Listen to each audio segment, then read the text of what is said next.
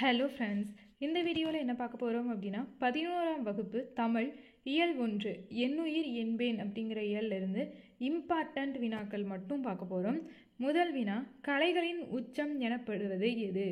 கலைகளின் உச்சம் எனப்படுவது கவிதை. Second option. அடுத்து இரண்டாவது வினா, கவிதையினை இயன்றவரை பேசுவது போல் எழுதுவதுதான் உத்தமம் என்றும் அதுவே மானுடத்துக்கு எழுத்தாளர்கள் செய்யும் கடமை என்றும் கூறியவர் யார்? இவ்வாறு மகாகவி பாரதியார் குறிப்பிட்டிருப்பார். அடுத்து மூன்றாவது வினா, மொழி என்ற ஒன்று பிறந்தவுடன் உலகம் என்பதும் நான் என்பதும் தனித்தனியாக பிரிந்து தங்களை தனித்துவமாக நிலைநிறுத்தி கொள்கின்றன என்று கூறியவர் யார்? இவ்வாறு கூறியவர் Ernst Cassirer. Third option, Ernst Cassirer. அடுத்த நான்காவது வினா, புதுக்கவிதை இயக்கத்தை தோற்றுவித்தவர் யார்? புதுக்கவிதை இயக்கத்தை வால்ட் விட்மன் தோற்றுவித்திருப்பார். அடுத்த ஐந்தாவது வினா, புல்லின் இதழ்கள் என்ற உலக புகழ் பெற்ற நூலின் ஆசிரியர் யார்? புல்லின் இதழ்கள் அப்படிங்கிற நூல் வால்ட் விட்மன் என்பவரால் எழுதப்பட்டிருக்கும். Last option. அடுத்த ஆறாவது வினா, வால்ட் விட்மன் எந்த நாட்டை சேர்ந்தவர்? வால்ட் விட்மன் அமெரிக்க நாட்டை சேர்ந்தவர். அடுத்து ஏழாவது வினா, மலையாள கவி என்று அழைக்கப்படுபவர் யார்? ஆற்றூர் ரவிவர்மா மலையாள கவி என்று அழைக்கப்படுகிறார். அடுத்து எட்டாவது வினா, ஓரிய மொழி கவிஞர் மனோரமா பிஸ்வாஸின் பறவைகள் ஒருவேளை தூங்க போயிருக்கலாம் என்பது யாருடைய மொழிபெயர்ப்பு நூல்?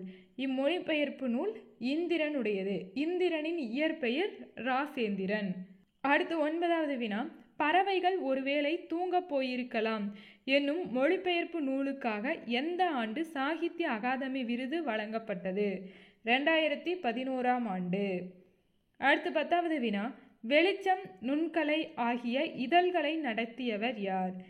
வெளிச்சம் நுண்கலை ஆகிய இதழ்களை இந்திரன் என்று அழைக்கப்படுகின்ற ராசேந்திரன் நடத்தியிருப்பார். இந்திரனின் இயற்பெயர் தான் ராசேந்திரன். அடுத்து 11வது வினா, தன் இனத்தையும் மொழியையும் பாடாத கவிதை வேறில்லாத மரம் கூடில்லாத பறவை என்று கூறியவர் ரசூல் கம்சதேவ். இந்த வினா பார்த்தீங்க அப்படின்னா ஆல்ரெடி டிஎன்பிஎஸ்சியில் கேட்ட வினா, இம்பார்ட்டன்ட். அடுத்து 12வது வினா, கவிஞர் சு வில்வரத்தினம் என்பவரின் கவிதைகள் மொத்தமாக உயிர்த்தெழும் காலத்துக்காக என்ற தலைப்பில் எந்த ஆண்டு தொகுக்கப்பட்டது? 2001ஆம் ஆண்டு தொகுக்கப்பட்டிருக்கும்.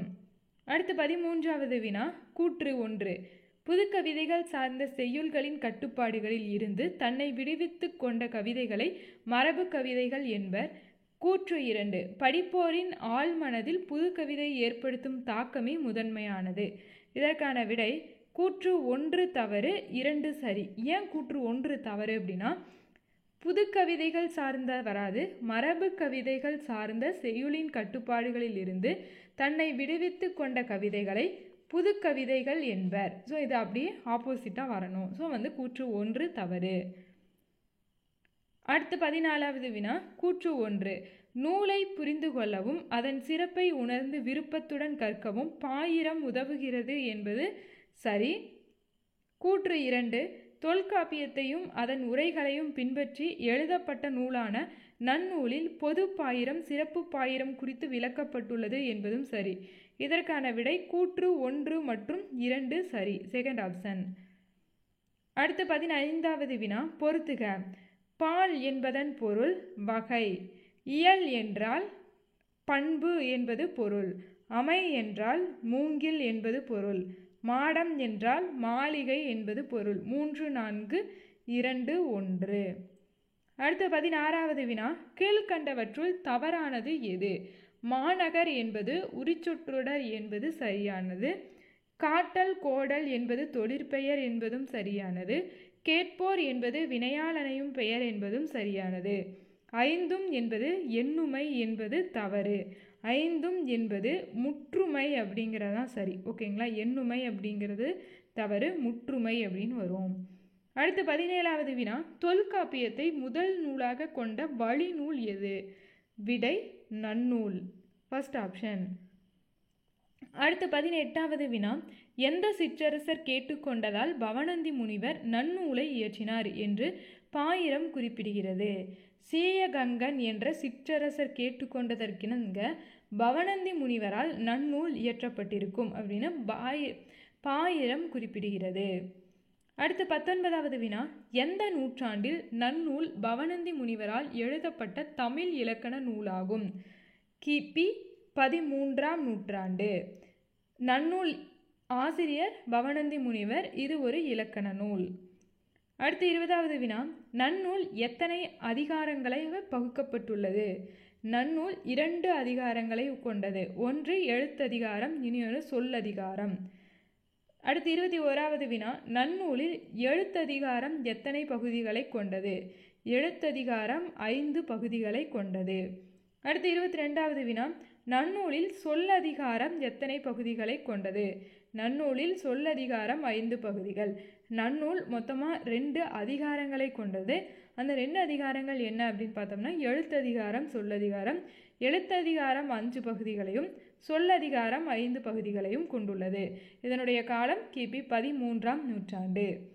அடுத்து 23வது வினா, பவணந்தி முனிவரின் உருவச் சிற்பம் அமைந்துள்ள மாவட்டம் எது? பவணந்தி முனிவரின் உருவச் சிற்பம் ஈரோடு மாவட்டத்தில் அமைந்துள்ளது. ஈரோடு மாவட்டத்தில் எங்கே அப்படின்னு சொல்லி பார்த்தோம் அப்படின்னா மேட்டுப்புதூர் அப்படிங்கிற ஊரில். ஓகேங்களா, ஈரோடு மாவட்டம் மேட்டுப்புதூர் அப்படிங்கிற ஊரில் 8ஆம் தீர்த்தங்கரான சந்திரபிரபா அப்படிங்கிறவரோட கோவில் இருக்குது. அந்த கோவிலில் தான் பவணந்தி முனிவரோட உருவச்சிற்பம் இன்னைக்கும் இருக்குது. ஓகேங்களா, ஈரோடு மாவட்டம் மேட்டுப்புதூரில் இருக்க 8ஆம் தீர்த்தங்கரான சந்திரபிரபாவோட கோவிலில் இருக்குது. அடுத்து 24வது வினா, வெஞ்சின வேந்தன் பகை அலை கலங்கி வாழ்வோர் போக்கிய பேர் ஊர் பால் என்ற வரிகள் இடம்பெற்றுள்ள நூல் எது? இவ்வரிகள் நற்றிணையில் இடம்பெற்றுள்ளது. இதோட பொருள் தான் அடுத்த கொஷின். லிசன் பண்ணுங்க. என்ன அப்படின்னு பார்த்தோன்னா, சினம் கொண்ட அரசனின் கொடுமை தாங்க முடியாமல் துயருற்று சொந்த ஊரை விட்டு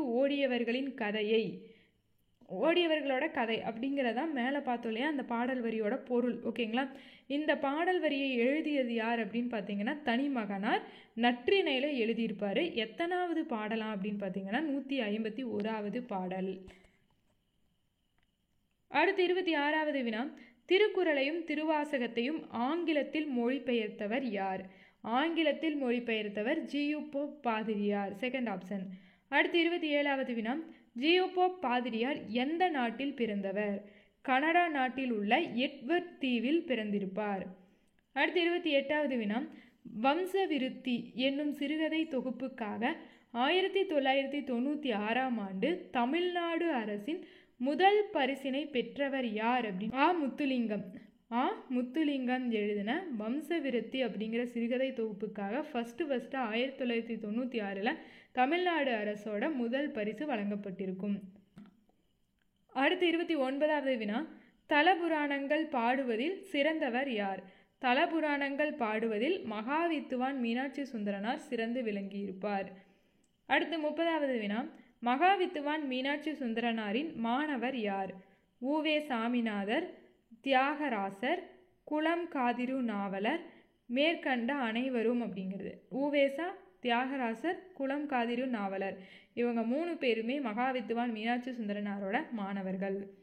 அடுத்த 31வது வினா, யமக அந்தாதி, திரிபந்தாதி, வெண்பா அந்தாதிகள் ஆகியவற்றை உருவாக்கி புகழ் பெற்றவர்கள் யார் அப்படின்னு பார்த்தோன்னா மகாவித்துவான் மீனாட்சி சுந்தரனார். இவர் தான் யமக அந்தாதி, திரிபந்த அந்தாதி, வெண்பா அந்தாதி ஆகியவற்றை உருவாக்கி பாடியிருப்பார். அடுத்த 32வது வினா, இனிமையும் நீர்மையும் தமிழனல் ஆகும் என்று கூறும் நிகண்டு நூல் எது? இவ்வாறு பிங்கள நிகண்டு கூறப்பட்டிருக்கும். இந்த வினா பார்த்தீங்க அப்படின்னா 10th ஸ்டாண்டர்ட்லேயும் இருக்கும். அடுத்து 33வது வினா, அதுவும் சாலும் நச்சமில் முழுதறிதல் என்ற பாடல் வரி இடம்பெற்றுள்ள நூல் எது? இப்பாடல் வரி புறநானூறில் இடம்பெற்றுள்ளது. அடுத்து 34வது வினா, தமிழ்கெழு கூடல் இடம்பெற்றுள்ள நூல் எது? தமிழ்கெழு கூடல் என்பது புறநானூறில் இடம்பெற்றுள்ளது. அடுத்து 35வது வினா, தமிழிய சாயலவர் என்ற வரியின் ஆசிரியர் யார்? இவ்வரியின் ஆசிரியர் கம்பர். First option. அடுத்து 36வது வினா, திருப்பாவை நூலின் ஆசிரியர் யார்? திருப்பாவை ஆண்டாளால் எழுதப்பட்டிருக்கும். Andal, third option. அடுத்து 37வது வினா, திருப்பாவையில் உள்ள பாடல்கள் எண்ணிக்கை. திருப்பாவையில் 30 பாடல்கள் இடம்பெற்றுள்ளது. அடுத்து 38வது வினா, திருவாவடுதுறை மடத்தின் தலைவர் சுப்பிரமணிய தேசிகர், சென்னை தாண்டவராயர், திருத்தணிகை விசாக பெருமாள் ஆகியோரிடம் பூக்கள் தோறும் சென்று தேன் உண்ணும் வண்டு போல் பாடம் கற்றவர் யார்? இவ்வாறு பாடம் கற்றவர் மகாவித்துவான் மீனாட்சி சுந்தரனார். அடுத்து 39வது வினா, திருச்சிராப்பள்ளி அருகில் உள்ள அதவத்தூர் என்னும் ஊரில் பிறந்தவர் யார்? திருச்சிராப்பள்ளிக்கு அருகில் உள்ள அதவத்தூர் என்னும் ஊரில் மகாவித்துவான் மீனாட்சி சுந்தரனார் பிறந்திருப்பார். First option. அடுத்து 40வது வினா, மகாவித்துவான் மீனாட்சி சுந்தரனாரின் காலம். இவருடைய காலம் 1815 1876. அடுத்து 41வது வினா, திருவாவடுதுறை மடத்தின் தலைமை புலவராக விளங்கியவர் யார்? தலைமை புலவராக விளங்கியவர் மகாவித்துவான் மீனாட்சி சுந்தரனார் தான் திருவாவடுதுறை மடத்தோட தலைமை புலவராக விளங்கியிருப்பார். அடுத்து 42வது வினா, தமிழ் இலக்கிய வரலாற்றில் கம்பருக்கு பின்னர் 1000 ஆண்டு ஓய்ந்து கிடந்த பின் வாராது வந்திருந்த புலமை கதிரவன் யார் அப்படின்னு பார்த்தோன்னா மகாவித்துவான் மீனாட்சி சுந்தரனார். இது இப்போ லேட்டஸ்ட்டாக வந்திருக்க புக்கில் இந்த வினா இல்லை, ஆனால் ஓல்டு 11th புக்கில் இருக்கும். ஓகேங்களா? தமிழ் இலக்கிய வரலாற்றில் கம்பருக்கு பின்னர் 1000 ஆண்டு ஓய்ந்து கிடந்த பின் வாராது வந்திருந்த புலமை கதிரவன் அப்படின்னா மகாவித்துவான் மீனாட்சி சுந்தரனார். அடுத்து 43வது வினா, கீழ்கண்டவற்றுள் சரியான இணை எது? நாடற்றவன் எழுதியவர் ஆ. முத்துலிங்கம். நல்ல தமிழ் எழுத வேண்டுமா ஆக்கி பரந்தாமனார். உயிர்த்தெழும் காலத்துக்காக சு. வில்வரத்தினம். இதற்கான விடை மேற்கண்ட அனைத்துமே சரியாக உள்ளது. அடுத்து 44வது வினா, கீழ்கண்டவற்றுள் தவறான இணை எது? ஆஸ்தட்டிக் என்றால் அழகியல் என்பது சரி, ஆர்ட் கிரிட்டிக் என்றால் கலை விமர்சகர் என்பதும் சரி, புக் ரிவ்யூ என்றால் புத்தக மதிப்புரை என்பதும் சரி, ஜேர்னலிஸ்ட் என்றால் புவியாளர் அப்படிங்கிறது தவறு. ஜேர்னலிஸ்ட் என்றால் இதழாளர் அப்படிங்கிறதா வரும். ஜேர்னலிஸ்ட் அப்படின்னா இதழாளர். அடுத்து 45வது வினா, தமிழ் மாலை என்று அழைக்கப்படும் நூல் எது? தமிழ் மாலை என்று திருப்பாவை அழைக்கப்படுகிறது. தமிழ் 3000 என்று அழைக்கப்படுவது திருமந்திரம். அடுத்து 46வது வினா, கூற்று 1, ஐவகை நிலத்திற்கும் ஒவ்வொரு 100 பாடலாக 500 பாடல்கள் கொண்டது ஐங்குறுநூறு என்பது சரி. கூற்று 2, இந்நூலில் பனியும் பனி சார்ந்த நிலத்திற்கும் பாடல்கள் இல்லை என்பதும் சரி. இதற்கான விடை கூற்று 1 மற்றும் 2 சரி. அடுத்து 47வது வினா, கபாடபுரங்களை காவு கொண்ட பின்னும் காலத்தால் சாகாத தொல்கனிமங்கள் அடிமோனையை தெரிவு செய்க. இதில் அடிமோனை அப்படின்னு பார்த்தோன்னா இது ஒரு அடி, இது ஒரு அடி. ஸோ இது ரெண்டில் அடிமோனை அப்படின்னு எடுத்தோம்னா கபாடபுரங்களை காலத்தால் அப்படிங்கிறதா சரி. ஓகேங்களா? தேர்ட் ஆப்ஷன் அப்படிங்கிறதா சரி. ஓகேங்களா? இதுவே சீர்மோனைன்னு கேட்டிருந்தாங்க அப்படின்னா கபாடபுரங்களை காவு கொண்ட அப்படிங்கிறது வரும். அடிமோனைன்னு கேட்டிருக்கனால தேர்ட் ஆப்ஷன். அடுத்து 48வது வினா, பாயிரம் இல்லது டேஸ் அன்றே. பாயிரம் இல்லது பணுவல் அன்றே. Second option. அடுத்து 49வது வினா, ஒரு நிலையில் நான் விரும்பும் வகையில் என்னிடம் கீழ்ப்படிந்து நடந்து கொள்ளும் எனது மொழி எழுத்து மொழியாக பதிவு செய்யப்படுகிற போது உறைந்து போன பனிக்கட்டியை போன்ற திட நிலையை அடைகிறது. இவ்வரிகள் உணர்த்தும் கருத்து. இவ்வரிகள் எழுத்து மொழியை விட பேச்சு மொழி எளிமையானது என்பதை விளக்குகிறது. Third option. அடுத்து 50வது வினா, பொருத்தமானவற்றை தேர்ந்தெடுக்க. இதில் பவனந்தி முனிவரால் நன்னூல் இயற்றப்பட்டது என்பதும் இந்திரன் என்பவரால் பேச்சு மொழியும் எழுத்து மொழியும் இயற்றப்பட்டது என்பதும் சரி. 2, 4 அப்படிங்கிறது சரி. ஆ. முத்துலிங்கம் எழுதுனது தான் 6ஆம் திணை. சு. வில்வரத்தினம் எழுதுனது யுகத்தின் பாடல்கள். ஓகே, இதோட பார்த்தீங்க அப்படின்னா இயல் 1 இருக்க மிக முக்கியமான வினாக்கள் எல்லாமே கவர் பண்ணிட்டோம். இலக்கணம் மட்டும் உங்களுக்கு 11th 12th இலக்கண வீடியோ தனியாக அப்டேட் பண்ணி கொடுக்குறேன். ஓகேங்களா? ஸோ இதோட இயல் 1க்கான வீடியோ முடிஞ்சு. நெக்ஸ்ட் வீடியோவில் இயல் 2க்கான முக்கியமான வினாக்கள் பார்க்கலாம். தேங்க்யூ.